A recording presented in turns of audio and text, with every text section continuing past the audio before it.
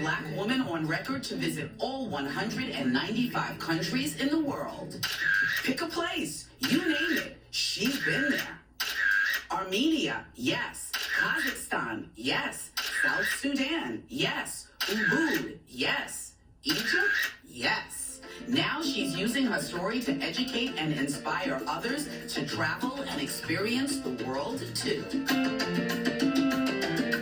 A first-generation American, Nabongo was born and raised in Detroit by Ugandan parents. I've been traveling internationally since I was 4. So by the time I finished high school, I'd been to like 8 countries.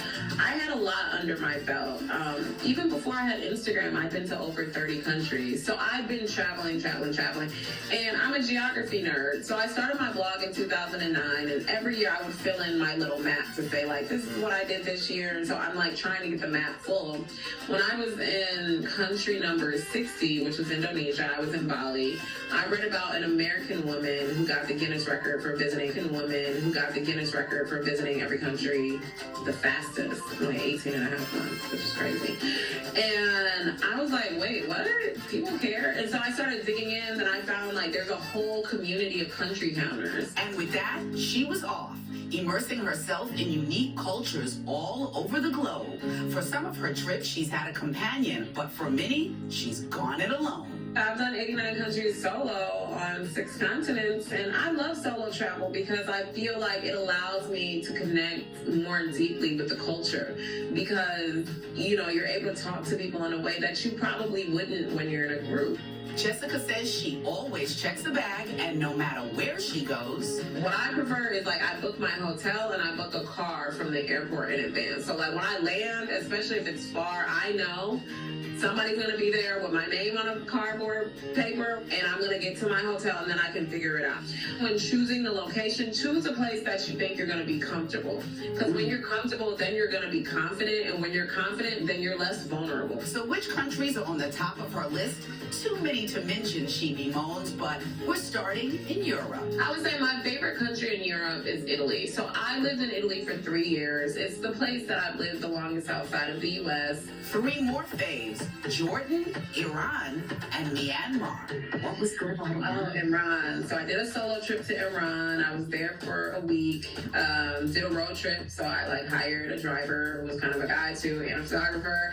So we just hit it, and we did Tehran, we did Yazd, we did Esfahan, and we did Shiraz. It was amazing. Like the architecture, you know, Persian culture is so beautiful. The food, the people.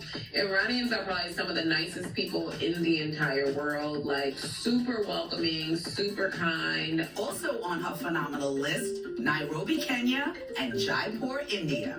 Where did you love the food? Just pick a couple of places where the food is outstanding for whatever reason. Senegal, Georgia, Trinidad has amazing street food. I think one of the best street food places in the world. Japan, Italy, Jamaica. Okay, that's one. Wow, very diverse, I gotta say. Using a mixture of savings, credit card points, and income from setting up her own travel agency, she self-funded all her trips. In her book, The Catch Me If You Can, Jessica shares her journey around the globe, complete with fascinating stories of adventure and human connections. Jessica uses her blog of the same name to highlight her travels and build a global community. I'm here in Kampala, Uganda, my favorite market in East Africa, hand-picking items for The Catch. She's also the founder of the lifestyle brand, The Catch. Never worried about a bad hair day, she does occasionally need a trim, which she says she's happy to get on the road. This is Bob, and he is from Iraq, and he has this amazing barbershop right next to the airport. Jessica's final country to complete her trip around the world was the Seychelles in the Indian Ocean. Was it like A dream. 55 friends and family came with me. It was like a monumental thing. Like I was finishing this journey to every country in the world. And yeah, it's a beautiful island. During her TED Talk, she spoke about travel, teaching her about humanity. Throughout my journey of early morning flights, language barriers, haggling in markets, long bus rides, applying for visas, and middle seats, I've learned that most people are good. We have to start trusting strangers more. That's like a really big thing to me. Like I don't move through the world and I'm like super distrustful of people. I move through the world and I'm like, I expect everyone to help me. From the Great Wall of China to the beaches of the Maldives, at her core, Jessica Nabongo is a dreamer who crafted a life and career that connects her passions and talents. Her advice for anyone looking to travel is simple. Be positive, you'll be fine, you'll meet incredible people, and enjoy. Crystal Young, Fox 5 News.